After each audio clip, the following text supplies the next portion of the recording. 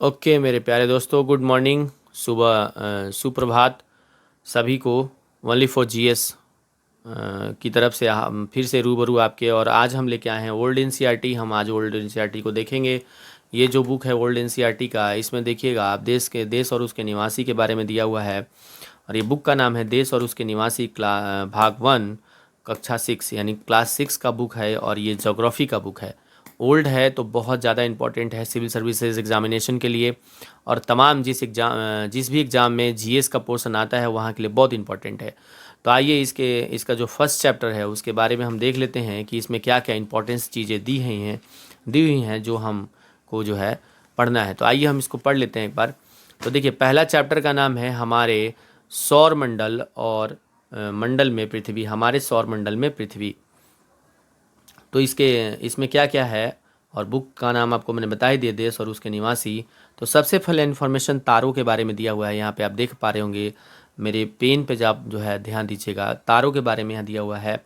और तारों के बारे में क्या है, वह खगोलीय पिंड जिसमें अपनी उष्मा और प्रकाश होती है। यानी जिस भी खगोलीय पिंड में अपना उष्मा और प्रकाश है वो क्या है, तारा है। ठीक है ना, वो तारे की श्रेणी में आता है। उष्मा और प्रकाश ज़रूरी है, यानी कि हीट और लाइट इम्पॉर्टेंट, तो वो क्या होगा, तारा होगा। अच्छा, ग्रह के बारे में देख लेते हैं। वह खगोलीय पिंड जो सूर्य का परिक्रमा करता है और उसमें उष्मा तथा प्रकाश प्राप्त करता है। उससे उष्मा तथा प्रकाश प्राप्त करता है। किससे? सूर्य से प्राप्त करता है। यानी जो भी तारा है उससे उष्मा और प्रकाश प्राप्त करता है, वह क्या है, ग्रह है। और जिसके पास, या सिंपल भाषा में आप ये भी बोल सकते हैं कि जिस भी खगोलीय पिंड में अपना उष्मा और प्रकाश नहीं होता वो क्या है, वो ग्रह है। तो आप यहाँ पे देख पा रहे होंगे, प्रकाश नहीं होता, उष्मा नहीं होता, उसे क्या कहते हैं, हम ग्रह कहते हैं। अच्छा, अब आइए देख लेते हैं उपग्रह। वह खगोलीय पिंड जो एक ग्रह की उसी प्रकार परिक्रमा करता है जिस प्रकार एक ग्रह सूर्य का परिक्रमा करता है। मतलब कि खगोलीय पिंड, उपग्रह भी वही चीज़ है जो ग्रह है। बस इसका भी वही काम है जो ग्रह का है, कि ये भी किसका परिक्रमा कर रहा है, सूर्य का परिक्रमा कर रहा है। और ये भी, इसमें भी ना तो उष्मा है और ना ही प्रकाश है। ये भी उपग्रह कहलाता है। जैसे कि हमारा पृथ्वी का एकमात्र उपग्रह कौन सा है, तो आपको पता होगा कि चंद्रमा हमारा एकमात्र उपग्रह है। आइए अब कुछ खगोलीय पिंड के बारे में देख लेते हैं। खगोलीय पिंड क्या होता है? सूर्य, चंद्रमा और रात में आकाश में जगमगाते लाखों पिंड खगोलीय पिंड कहलाते हैं। यानी सूर्य, चंद्रमा या जो अन्य पिंड हैं या खगोलीय पिंड हैं, या और कोई भी चीज़ जो रात में जगमगा रही है, क्योंकि रात में ही जगमगाएगा, दिन में तो सूर्य की प्रकाश की वजह से आप देख नहीं पाएंगे। तो जो रात में चीज़ें जगमगा रही हैं वो सब खगोलीय पिंड के हिस्सा में आता है। सिंपल सी भाषा में अगर मैं बात करूं तो आकाश में या ब्रह्मांड में जितनी भी खगोलीय चीज़ें हैं, विद्यमान है, वो सब खगोलीय पिंड के हिस्से हैं। तो इस तरह से आप ध्यान रखिएगा। ठीक है, अब आगे चलते हैं, अगला स्लाइड में देखते हैं क्या है। तो अगले स्लाइड में देखते हैं दोस्तों। तो आइए यहाँ पे देखते हैं। यहाँ पे है हमारे पास सौर परिवार। सौर परिवार के बारे में देखते हैं दोस्तों। तो सौर परिवार क्या होता है? सूर्य और 8 ग्रह मिलकर सौर मंडल बनाते हैं।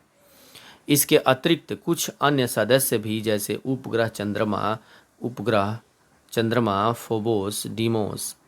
तो देखिए, सौर परिवार में सूर्य के साथ 8 ग्रह विद्यमान हैं, वो सौर परिवार के हिस्से हैं। साथ में जो उपग्रह हैं, जैसे पृथ्वी का उपग्रह चंद्रमा होता है, जैसे मंगल का ग्रह फोबोस होता है, और मंगल का ही डिमोस भी होता है। ये सब क्या हैं? ये सब भी सौर परिवार के हिस्से हैं। ठीक है, आइए अब आगे देखते हैं सूर्य के बारे में। सौर परिवार का सबसे बड़ा सदस्य क्या होता है? कौन है? सूर्य है। सौर परिवार का सबसे बड़ा सदस्य सूर्य है। हमारे पृथ्वी से 10 लाख गुना बड़ा है। ये बात बहुत इंपॉर्टेंट है और ये चीज़ आप ध्यान रखिएगा। 10 लाख गुना बड़ा है। कितना गुना बड़ा है? 10 लाख गुना बड़ा है। कौन? सूर्य बड़ा है पृथ्वी से। ठीक है, तो ये ध्यान रखिएगा। सूर्य अत्यंत गर्म गैस से बना है। क्या है? अत्यंत गर्म गैस से बना है सूर्य, जिसमें कौन कौन से गैस विद्यमान है? हाइड्रोजन है और हीलियम है। हाइड्रोजन और हीलियम है, उसमें विखंडन हो रहा है, वो विस्फोट हो रहा है उसमें, और वो जल रहा है, तो वो ज्वलनशील है और इसीलिए इतना गर्मी है। सोचिए, अगर ये पृथ्वी से जितनी दूरी पे है उससे थोड़ा सा और पास होता सूर्य, तो क्या हमारा अस्तित्व होता? ये सोचने वाली विषय है। आगे चलते हैं। यह पूरे सौर परिवार के लिए ऊर्जा का स्रोत है। पूरे सौर परिवार के लिए, यानी पूरा सौर परिवार, अभी मैंने आपको बताया था यहाँ पे कि सौर परिवार में कौन कौन से हैं? सूर्य और 8 ग्रह तथा उपग्रह, उल्कापिंड, चाहे जितने भी हैं, उन सब का ऊर्जा का स्रोत कौन है? सूर्य ही तो है। तो सूर्य जो है सौर परिवार का ऊर्जा का स्रोत है। अगला पॉइंट देखते हैं। सूर्य पृथ्वी से लगभग 15 करोड़ किलोमीटर दूर है। पृथ्वी से लगभग 15 करोड़ किलोमीटर दोस्तों, 15 करोड़ किलोमीटर दूर है। और ये 15 करोड़ किलोमीटर दूर ही हमारे जीवन का अस्तित्व है। अगर ये थोड़ा और नज़दीक होता हमारे, तो पता नहीं क्या होता। आप कमेंट करके बताइएगा क्या होता। ठीक है, आप पे मैं ये सवाल छोड़ता हूँ। आगे चलते हैं। प्रकाश की गति लगभग 3 लाख किलोमीटर प्रति सेकंड है। प्रकाश की गति कितनी है? 3 लाख किलोमीटर प्रति सेकंड। तब प्रकाश को हमारे पृथ्वी तक आने में 8 मिनट का समय, लगभग 8 मिनट का समय लगता है। लगभग लगाया हुआ है, इसका मतलब ये होता है 8 मिनट 16 सेकंड। आप ब्लूप्रिंट पढ़िएगा तो 8 मिनट 16 सेकंड कुछ ऐसा दिया हुआ है।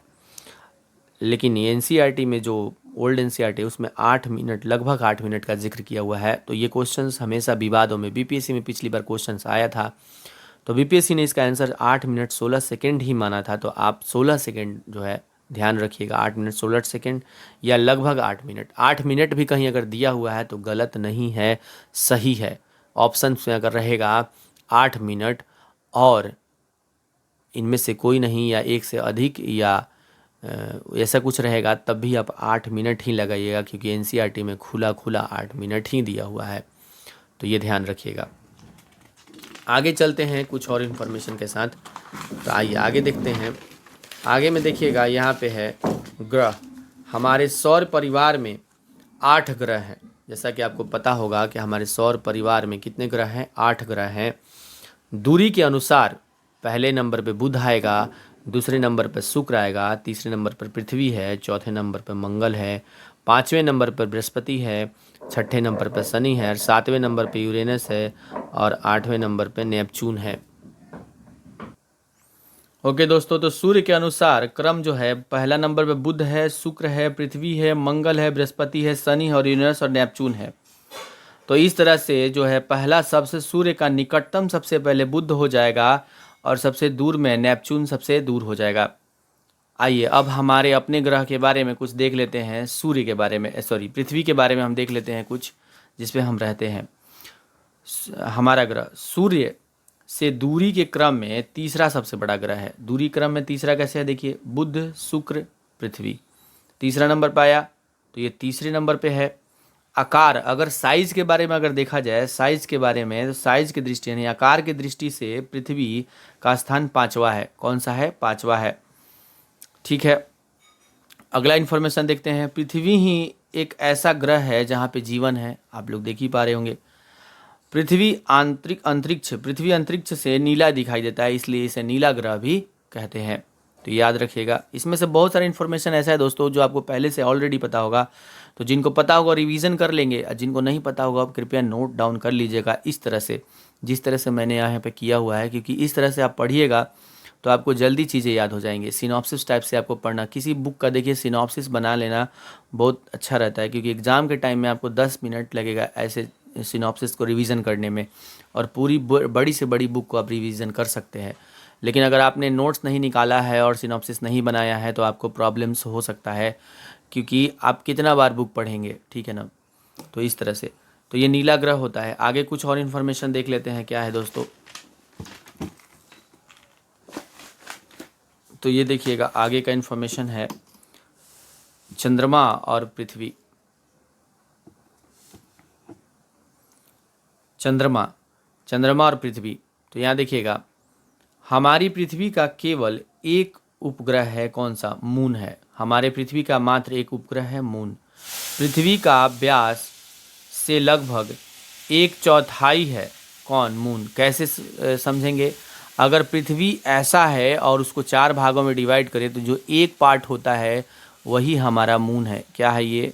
मून है, ठीक है ना। तो इस तरह से आप ध्यान रखिएगा।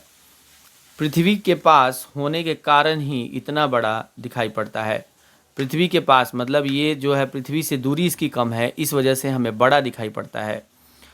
पृथ्वी से चंद्रमा की दूरी 3,84,000 किलोमीटर है। कितना है? 3,84,000, मात्र 3,84,000 किलोमीटर है। चंद्रमा पृथ्वी की परिक्रमा 27 दिन 8 घंटे में कर लेता है। कितने देर में कर लेता है?